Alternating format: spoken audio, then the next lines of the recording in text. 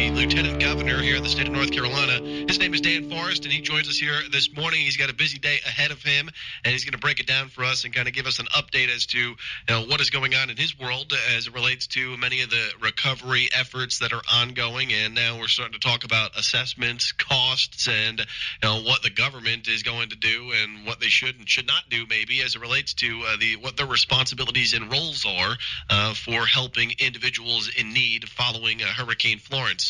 Lieutenant Governor, it's great to hear your voice. Good morning. Yeah, it's good to be with you, Joe. Thanks for having me back on. Absolutely. And later today, or has this already happened, but I know Linda McMahon, Small Business Administration Secretary on the Trump administration in the area. We heard our media partners talked with her yesterday. I know you'll be or have been with her. Give us a breakdown of what we can anticipate or what has already occurred along with Linda. Well, we were with her yesterday. We were down in southeastern North Carolina, down in Lumberton. And today we'll be in Wilmington and Jacksonville and kind of making our way up the coast there. But basically, it's as much as anything, it's a kind of an awareness tour, if you will. You know, the Small Business Administration is there to help, just like the rest of the folks that swoop in here after a natural disaster, with small business loans and loans for people who own businesses whose houses have been destroyed and things like that. So they come in very low interest loans and help people get back on their feet. And a lot of people don't know that tool or that resource is available to them. And so we'll be visiting some small businesses that have been impacted by the storm and letting them know that these resources exist. And I know she was in the state, maybe a couple of months ago, obviously entirely different circumstances. But when we look at what we have seen as far as a response from the federal government, and I think we're starting to, get a better picture as to, what the responsibility and role of the federal government is as compared to what we see from local and statewide officials in the event of a, natural disaster. What have you seen from your experiences and within your position, how this whole thing has kind of taken shape over the last couple of weeks?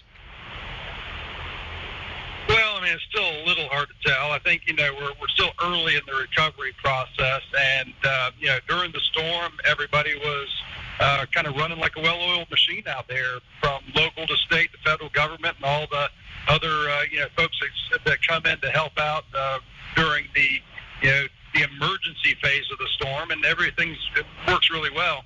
The hard part is after the storm, Joe. I mean, you know this full well, that the assessment part for FEMA and those kinds of organizations, it takes months to assess damage. You're talking about tens of thousands of homes.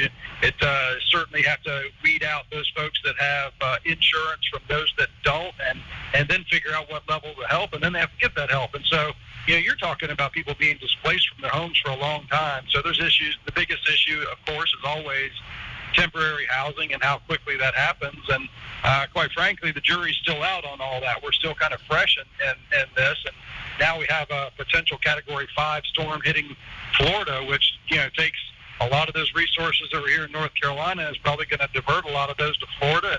And, what happens in those instances is everything with FEMA going on here gets put on hold momentarily while that storm hits, because they've got to go into emergency mode. So timing's not real good on the next storm. It's certainly not good for the people of Florida. We need to pray for them. We need to pray that God shows mercy to the folks in Florida down there.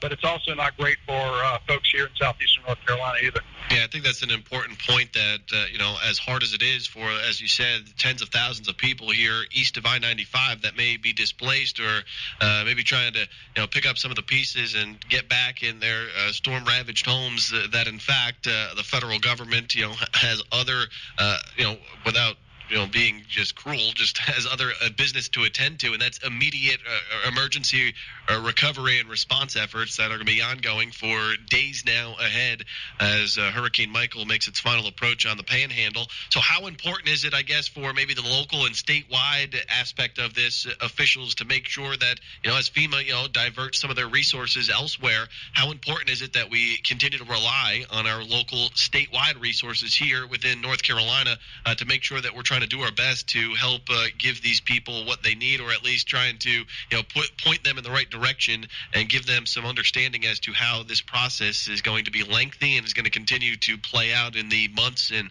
likely years ahead. Well, I think the question was how critical is it? I think it's absolutely critical that the state stays on top of this. Obviously, we've done stories, we've had conversations about how the state dropped the ball on the Matthew recovery down in places like Wilmington, and there are hundreds of millions of dollars sitting out there that didn't go to rebuilding homes when South Carolina had built 1,000 of them. We had built 0. So that's unacceptable. We can't repeat that. So you still have those people that were displaced one time and then displaced 2 times when the second storm came through. And who knows what kind of rain and mess we'll get from this next storm here that's hitting Florida that's going to come our way. So it's absolutely critical that we pay attention, that we don't get lazy with this, that the governor and his team and working with the federal government, that we have a dedicated team of people who are focused on getting people back in their homes again. Now, that being said, the government can't solve all the problems. The government's not there to solve everybody's problem. Those that have insurance are going to be good. Those that don't, we have a rainy day fund in North Carolina that we've never had before of over $2 billion.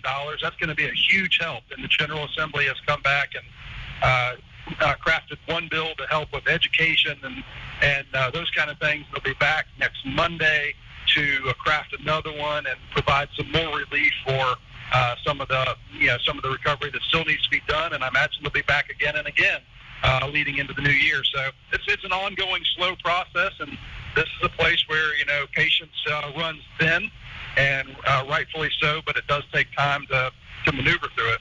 I know you're busy here this morning, and one last question I guess I have for you as we round it out. Lieutenant Governor Dan Forest with us.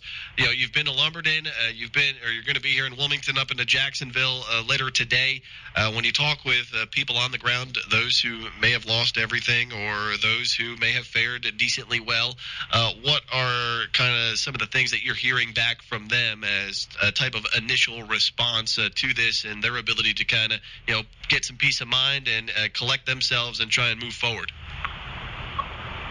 Well, I think what you're seeing is it's still early on. I think that, again, what you're hearing from people is that they are looking for help. They're looking for help from anywhere they can get that help. And so,